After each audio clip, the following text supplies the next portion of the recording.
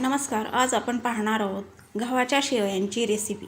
याच्यासाठी गहू कसे भिजवायचे, किती वेळ ते पाण्यात ठेवायचे, नंतर घरामध्ये फॅन खाली सुकवायचे का उन्हात सुकवायचे, हे सर्व मी तुम्हाला या व्हिडिओमध्ये डिटेलमध्ये सांगणार आहे. इथे मी 12 किलो गहू घेतलेले आहेत. तुम्हाला जेवढे बनवायचे तेवढे तुम्ही घेऊ शकता. ते गहू चांगले एका पाण्याने मी स्वच्छ धुतलेले आहेत. म्हणजे कधी पावडर लावलेली असती किंवा असं पण एका पाण्याने धुतले तरी भरपूर होतं. आणि चांगले चोळून धुतल्यानंतर त्याच्यातलं सगळं पाणी पहिलं काढून घ्यायचं आणि मग दुसरं पाणी ओतायचं. हे पाणी असं काढताना मी तिथे चाळणीचा वापर केला आहे, म्हणजे थोडेफार गहू गेले तर ते पुढे आपले वाया जाणार नाहीत. अशा प्रकारे मी चाळणीमध्ये पाणी काढून घेतलेलं आहे. आणि बघा थोडंसं पाणी उरलं ते पण काढून घेतलं. असं चांगल्या प्रकारे पहिलं जे पाणी आपण ओततो आहे ते सर्व काढून घ्यायचं. आता हे सर्व पाणी काढून घेतल्यानंतर परत दुसरं पाणी ओतलं की गहू चांगले त्याच्यामध्ये असे बुडले पाहिजेत, एवढं पाणी ओतायचं आणि ते तसंच अर्धा तास ठेवून द्यायचं. काय काय बायका असं फक्त 5 ते 10 मिनिट भिजवतात, पण मी पूर्ण अर्धा तास भिजवले.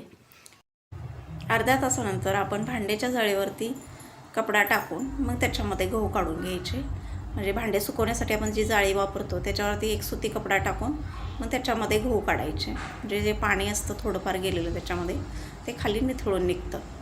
आणि सगळे गहू त्याच्यामध्ये असे काढून घेतल्यानंतर याच्यामध्ये मीठ आणि तेल त्याला चांगलं चोळून घ्यायचं. तुम्ही गव्हाच्या हिशोबाने मीठ घेऊ शकता आणि तेल एकदम थोडंसं. इथं मी 12 किलो गहू घेतले होते म्हणून 4 चमचे मीठ घेतलेले. आपण नाश्ता करायचा जो चमचा असतो त्याच्याने 4 चमचे आणि 1 चमचा तेल, असं ते चांगलं गव्हाला सर्व मिक्स करून घ्यायचं, म्हणजे चोळून घ्यायचं. त्याच्याने कोंडा छान निघतो. आणि हे असंच परत सगळं चोळून घेतल्यानंतर व्यवस्थित टाईट बांधून घ्यायचं आणि उरलेला जो कपडा आहे तो त्यालाच गुंडाळायचा. चांगलं हे अशा प्रकारे चोळून घ्या आणि मग असं बांधून उरलेला कपडा त्याच्यावरती टाकल्यानंतर परत उचलून घमेल्यामध्ये ठेवायचं. ते घमेल्यामध्ये ठेवताना परत एक त्याच्या खाली साडी, म्हणजे 4 पदरी अशी घडी करून ती साडी टाकून त्याच्यामध्ये असं परत गुंडाळून ठेवलेलं आहे.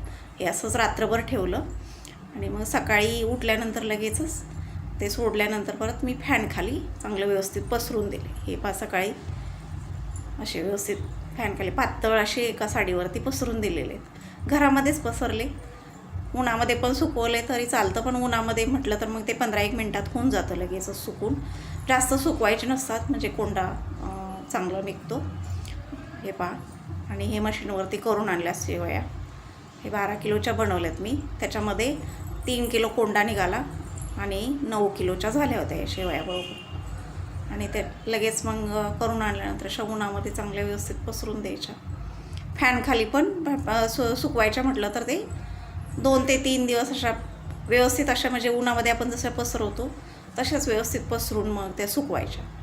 आता इथं उन्हामध्ये मला आहे जागा त्याच्यामुळे मी उन्हामध्ये सुकवलेले आहेत. अशा व्यवस्थित उन्हामध्ये सुकवल्या तर जास्त पांढरा कलर येतो त्याला.